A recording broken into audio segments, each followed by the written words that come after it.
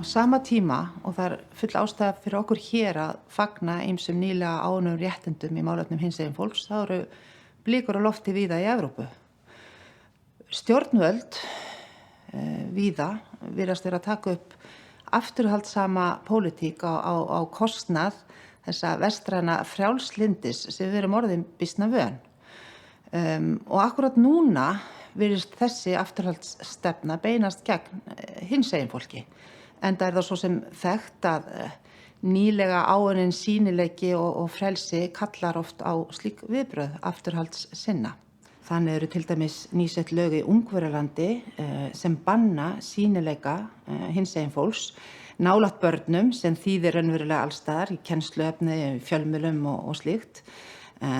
Pólsk yfirvöld hafa vegið mjög að frelsi og öryggi hinsegin fólks og orðræðastjórnvöld í Tékklandi á svipaða vegu. Í ljósi þessa eru það mikil vonbrigði þegar knattspyrnusamband Evrópu núna á nýju afstöðnu Evrópumóti tók undir eða lét undan þrýstingi ungverskra stjórnvalda og kom í veg fyrir að regnbogalitirnir fengju að njóta sín á munnhén leikvanginum og leik Þýskalands og Ungverjalands.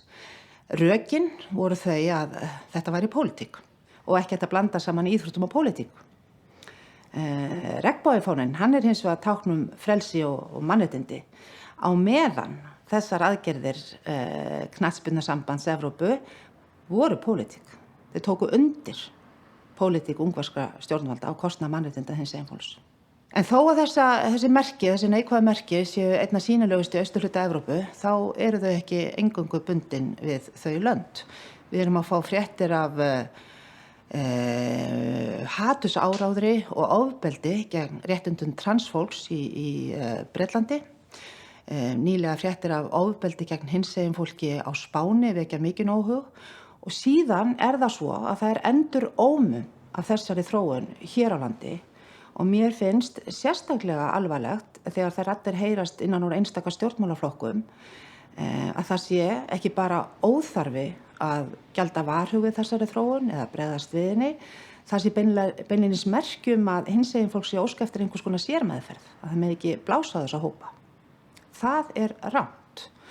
Staðreyndin sú að mannréttindi eru ekki og geta ekki verið einhvers konar hlaðborð þar sem við veljum og höfnum hverju sinni, jafnvel eftir tíðarandanum, hvað við ætlum að vernda og hverju við ætlum að fleygja.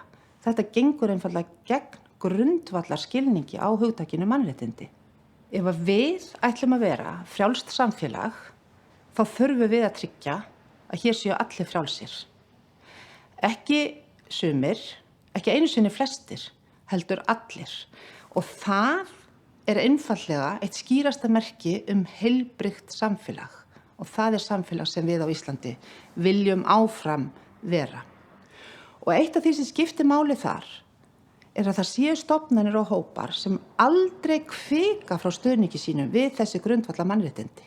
Eru alltaf til staðar og hvika aldrei. Þeir geta átt mismunandi erindi eftir tíðarandanum, en þeir eru til staðar og það svo gríðarlega mikilvægt að vita af því. Og Fríkirkjan í Reykjavík ein slík stofnun og það þess vegna sem hún kirkjan mín, kirkja konu minnar og kirkja dætra minnar.